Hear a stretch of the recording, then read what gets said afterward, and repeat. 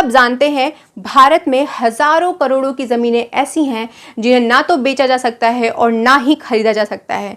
लेकिन अगर कोई भी ऐसी प्रॉपर्टी होगी जिसका ना तो सेल हो सकता है ना तो उसको आप परचेज कर सकते हैं, तो ऐसी प्रॉपर्टी के रिगार्डिंग बड़े सारे इश्यूज तो इवॉल्व होने ही होने हैं।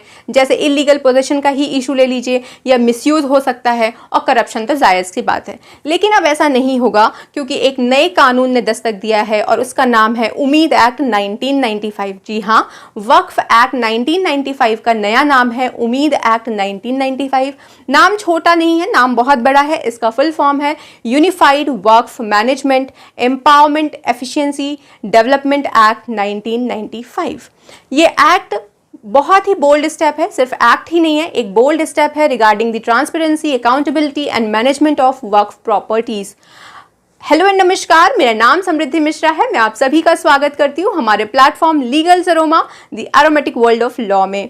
आज की क्लास में हम लोग बात करने जा रहे हैं वक्फ के बारे में। वक्फ क्या है, क्यों वक्फ एक्ट 1995 को अमेंड किया गया, क्यों 2025 में इसका अमेंडमेंट एक्ट पास हुआ और इसको क्यों रीनेम किया गया, इन सारी चीज़ों के बारे में बात करेंगे। चर्चा को शुरू करते हैं। पहले हम लोग समझेंगे कि वक्फ क्या होता है।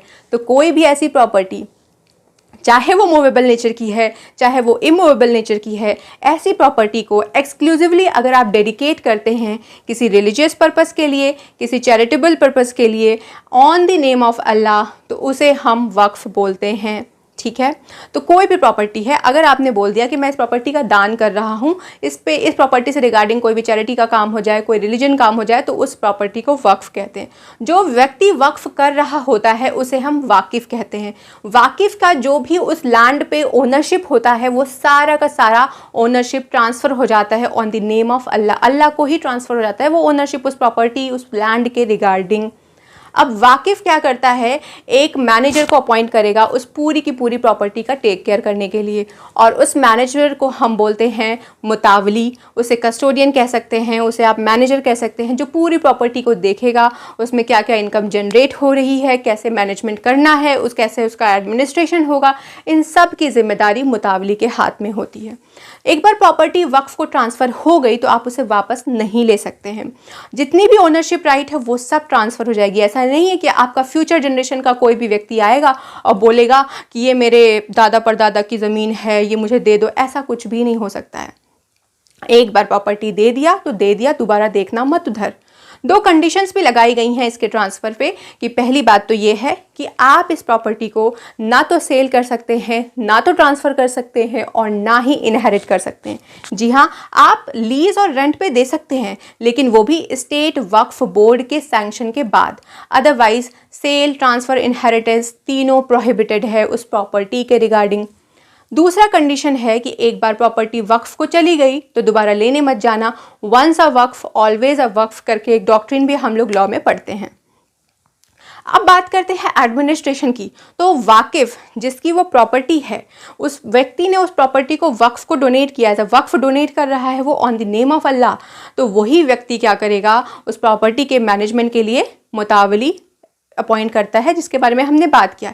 लेकिन उसके अलावा उस प्रॉपर्टी के एडमिनिस्ट्रेशन के लिए 3 एडमिनिस्ट्रेटिव बॉडीज़ हैं।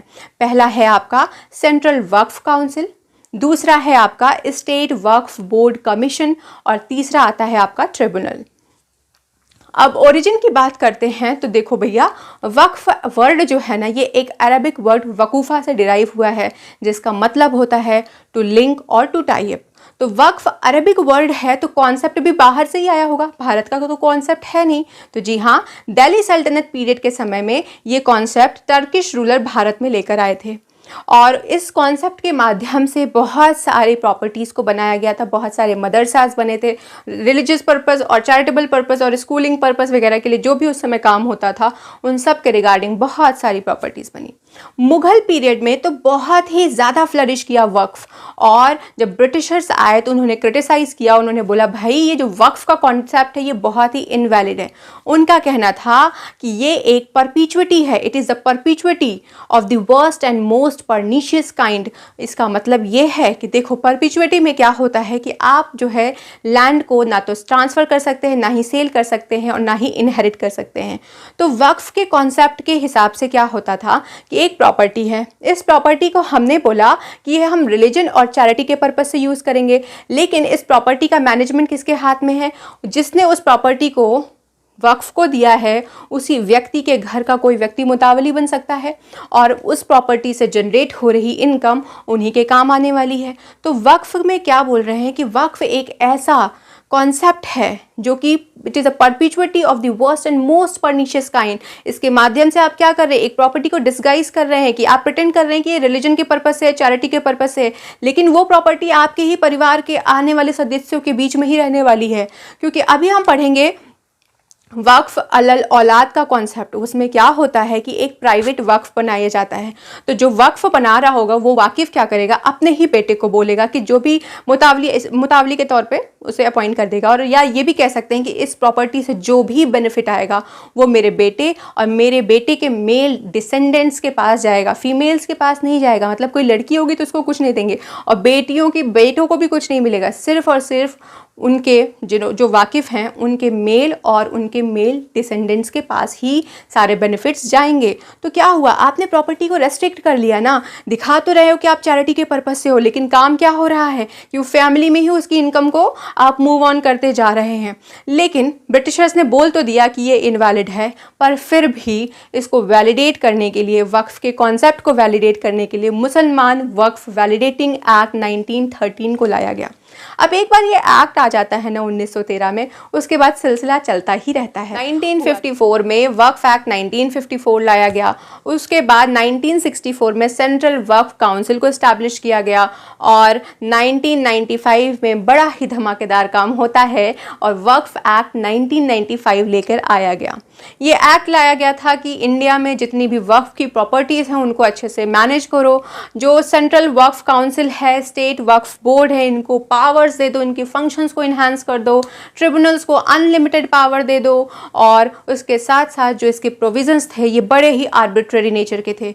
सेक्शन 3 क्या कहता था? सेक्शन 3 1995 वाले एक्ट का कहता था कि भैया अगर वक्फ ने किसी भी ज़मीन पे अपना बोल दिया कि ये ज़मीन मेरी है या ये प्रॉपर्टी मेरी है, उन्होंने आंख उठा के देख भी लिया उस प्रॉपर्टी की तरफ, तो वो प्रॉपर्टी उनकी हो जाती थी। वो उस प्रॉपर्टी को क्लेम कर लेते थे, कब्जा कर लेते थे। ऐसा हुआ भी था तमिलनाडु के एक विलेज में, तिरुचंतरई विलेज, जहाँ पे एक राजगोपाल जी थे जो कि फार्मर थे और उनके ऊपर कुछ कर्जा था, तो वो अपनी प्रॉपर्टी को बेचना चाहते थे उस लोन को रीपे करने के लिए।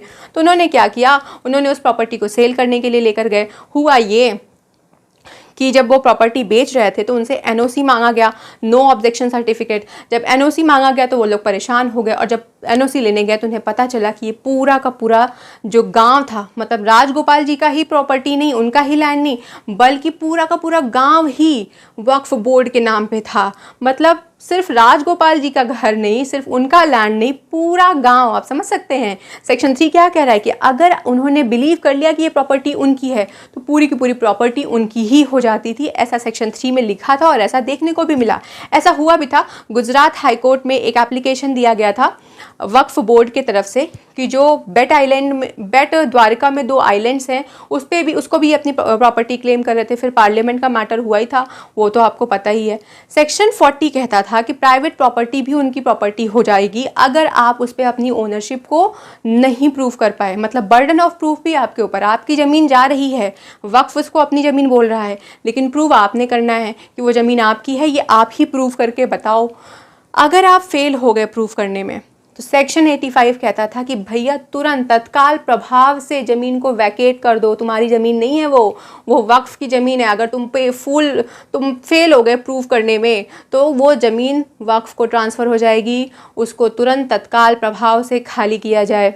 तो ये सारे प्रोविजंस पढ़ के सुन के आपको ये समझ में तो आ गया होगा कि मेजर इश्यूज़ क्या हैं। मेजर इशू में सबसे पहला इशू कि एक बार प्रॉपर्टी वक्फ हो गई आप उसको ले नहीं सकते।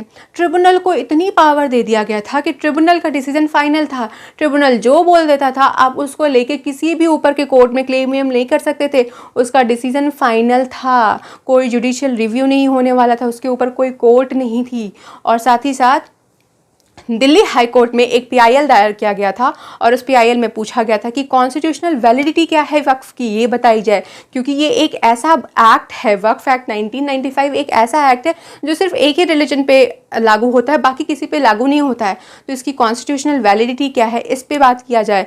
और इसके साथ ही साथ बोला गया कि जो भी डिसीजंस हैं उनको आप चैलेंज नहीं कर रहे हो, कोई जुडिशियल रिव्यू नहीं लाए हो।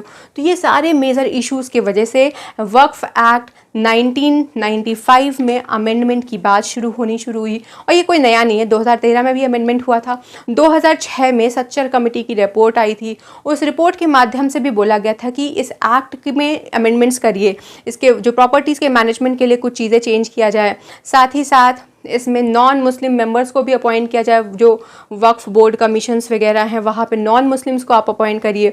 और बोला गया कि मुतवलीज़ के फंक्शंस को इन्हांस करो, साथ ही साथ जॉइंट सेक्रेटरी लेवल के ऑफिसर्स अपॉइंट हो दोनों कमीशंस में।